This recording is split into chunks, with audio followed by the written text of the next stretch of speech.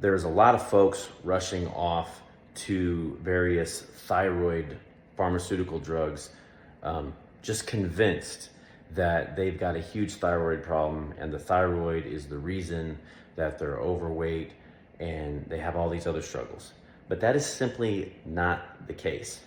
Our brains produce something called thyroid stimulating hormone. In most cases where people are shown to have low thyroid function, that thyroid stimulating hormone is high, which means the brain is requesting that the thyroid produce these hormones, with the end result being T3, which is the active thyroid hormone that then raises body temperature, increases gluconeogenesis, which is the creation of energy from non-carbohydrate sources, such that you need to reduce body fat. So the first thing we've got to recognize is the brain is not the issue here. It is asking for the right thing from the thyroid. The next thing we've got to realize is, how does the thyroid make these hormones? Well, it uses substances like tyrosine, iodine. It needs, vitamin C, B6, selenium. There are various vitamins and minerals that are necessary for the process of this thyroid hormone creation. Now, let's just talk about iodine for a second.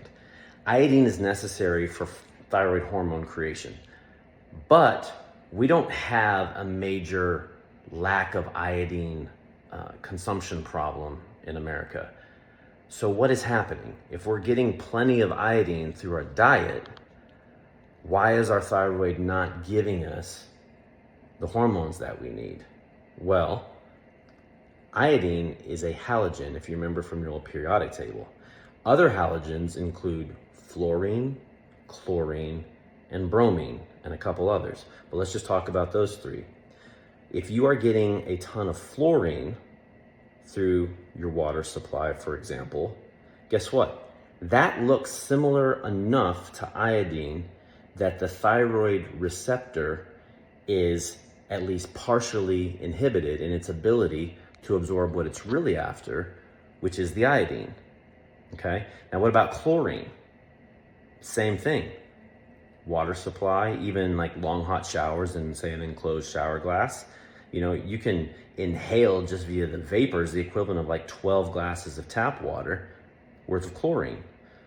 Furthermore, chlorine is one of the things that's used for the bleaching of flour, which leads us to the third major contributor of reduced iodine absorption, which is bromine, brominated flour, all right? Potassium bromate used in the bleaching process of flour is going to contribute to reduced absorption of iodine at the thyroid. So if you want your thyroid to start using the iodine that you may very well already be consuming in your diet, you've got to reduce the fluorine, reduce the chlorine, and reduce the bromine that's coming in. Now, the next thing that people need to realize is 80% of T3, the more active thyroid hormone, that conversion happens outside of the thyroid, in other tissues and so forth. And guess what is a primary inhibitor of the conversion of T4 to T3? Fatty acids. Okay?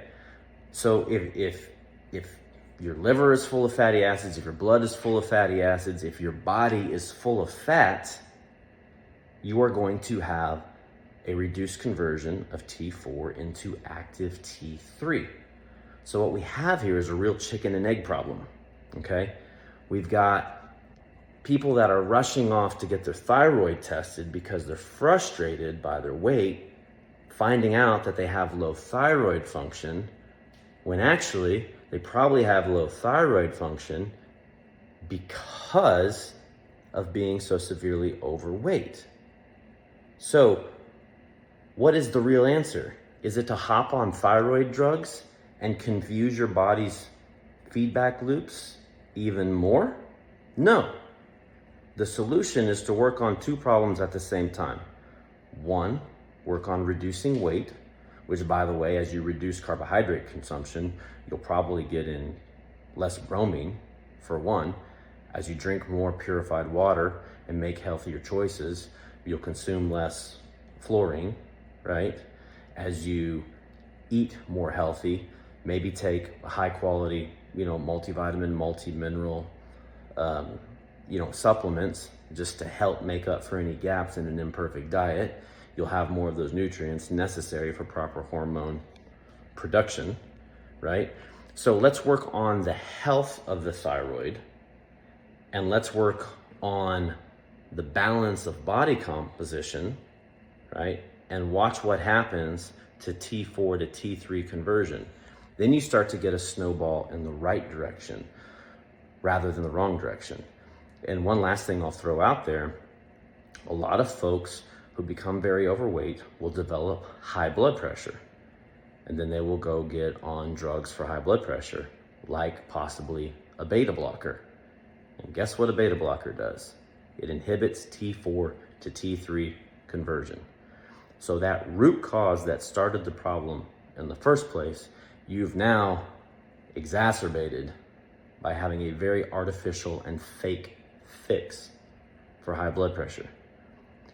More drugs, more pharmaceuticals is not the answer. In fact, we need the opposite of that.